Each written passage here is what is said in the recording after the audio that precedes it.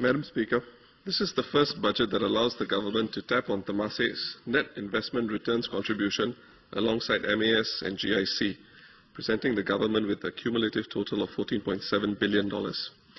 This is a substantial increase of about 48% from the NIRC of $9.9 billion at the government's disposal last year, and has given the government more leeway and flexibility to implement its plans with a $3.4 billion surplus as well. Madam Speaker, the focus of my speech is to persuade the government to consider a deeper discussion of fiscal prudence and the trade-offs in determining our budget priorities. By doing so, we can have a richer discussion on the budget, and my speech will seek to provide some suggestions on the contours of such a discussion. As with almost all budget announcements made over the last few years in particular, it is usually followed by a discussion in some quarters, especially in commentaries and forum pages, about whether the government is turning populist, or if welfare is taking root in Singapore, or a combination of similar themes. Very seldom are fears of welfare accompanied by a look at the overall fiscal state of affairs, and both in the short and long term. The additional details in this budget about the Silver Support Package exemplify a recognition by the government that there are many Singaporeans, more than 140,000 of them in fact, who are not adequately equipped for retirement and live precarious lives, perhaps not only physically, but more significantly, even mentally. The total expenditure for this year's budget comes up to $73 billion. The $330 million expended on the Silver Support Package will rise in the years to come because of our demographic profile.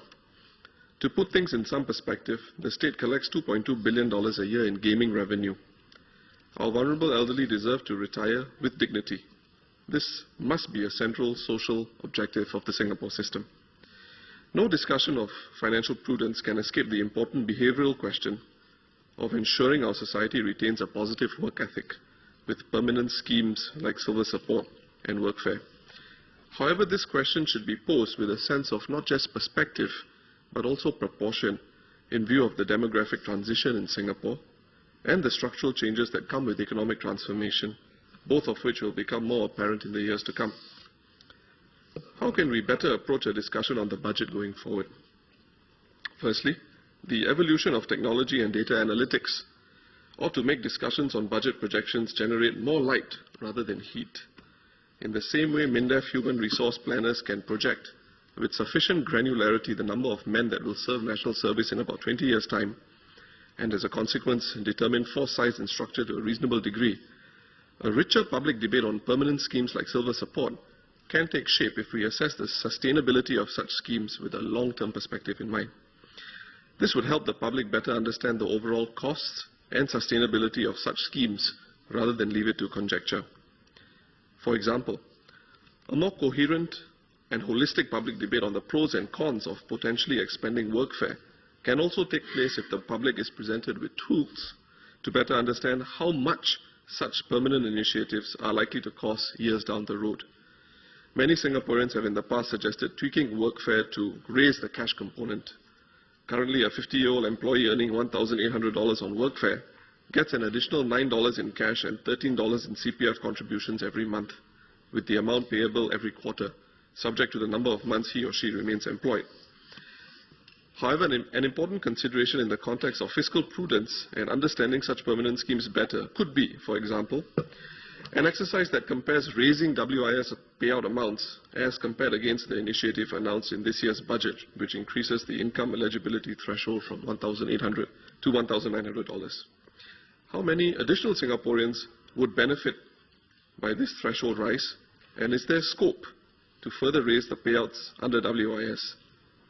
And if so, what would be the specific impact on the budget, and would it be wise? Such inquiries will make the public better appreciate the trade-offs and operationalize the meaning of financial prudence. A second trend that often repeats itself prior to the budget debate are the wishes of specific industries or industry leaders who call for more reliefs or taxpayer support. What we do not see much of is a debate about whether some companies have grown to expect the equivalence of constant assistance or welfare from the state without the same scrutiny extended to permanent schemes for the needy or less well-off.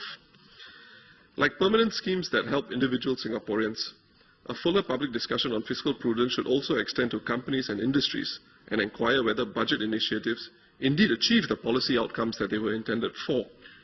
For example, it would be helpful for the government to set out how much the Productivity and Innovation Credit Scheme, or PIC, has actually improved productivity numbers or even spurred innovation, even as this year's budget heralds a reduction of PIC payouts going forward. This is relevant as even the government has acknowledged that some companies have used their PIC credits to buy equipment they do not need. Fiscal sustainability would also require accounting for the extent of such leakage and unintended consequences as well. The lessons learned from the shortcomings of the PIC scheme should be transferred to the budget's announcement of the 3-year $400 million automation support package, specifically with regard to grants, which assist in the rollout of new automation projects and investment allowances. This would ensure that the technologies introduced actually improve productivity as envisaged. Moving forward, and specifically on the budget's announcement of the $4.5 billion industry transformation program, with more than 20 sectors earmarked for development, it would be worthwhile to consider how companies and sectors that do most to raise productivity, improve skills and innovation, as well as promoting internationalization, can benefit more from taxpayer dollars than those who don't. One way to effect this differentiation is to consider a higher cap on corporate income tax rebates than the current $20,000 cap for companies that record real productivity gains. For example, the cap can be progressively lowered or even removed completely for companies that do not meet the policy objectives of the scheme. It would also be important for any exercise in fiscal prudence to distinguish and incentivize activities that actually create something tangible, that have a real trickle-down effect, as opposed to economic initiatives that just, I quote, rotate around the high finance microcosm, enriching the 1% as they buy and sell existing assets to one another, bidding up their value, while failing to invest in research, products, jobs, or innovation, unquote. An apt descriptive which I read in a recent Time magazine article that reviewed a new US primetime TV show titled Billions. Madam Speaker, even as our businesses are incentivized to transform, they must keep Singaporeans at the center of their efforts. To this end, the Industry Transformation Program should identify and thereafter even prejudice firms that are what the Ministry of Manpower calls double weak firms, weak in having a Singaporean core and weak in their commitment to fair hiring practices and the development of Singaporeans. Likewise, these companies should be restricted from benefiting from corporate income tax rebates or tapping on the grants that go up on the business grants portal that is to be established in the fourth quarter of this year. An inclusive Singapore must be underwritten by Singapore-based companies that support the employment prospects of Singaporeans. In conclusion, Madam Speaker, in a recent book titled Industries of the Future by Alec Ross, the former innovation advisor to Hillary Clinton, portends a future where medical technology, robotics, coding, big data, and so forth will make many jobs redundant, amongst other interesting predictions.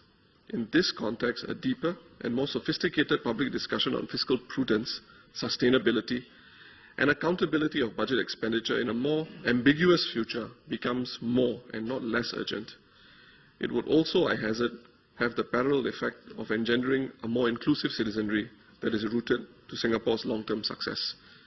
Madam Speaker, I support the budget. Thank you.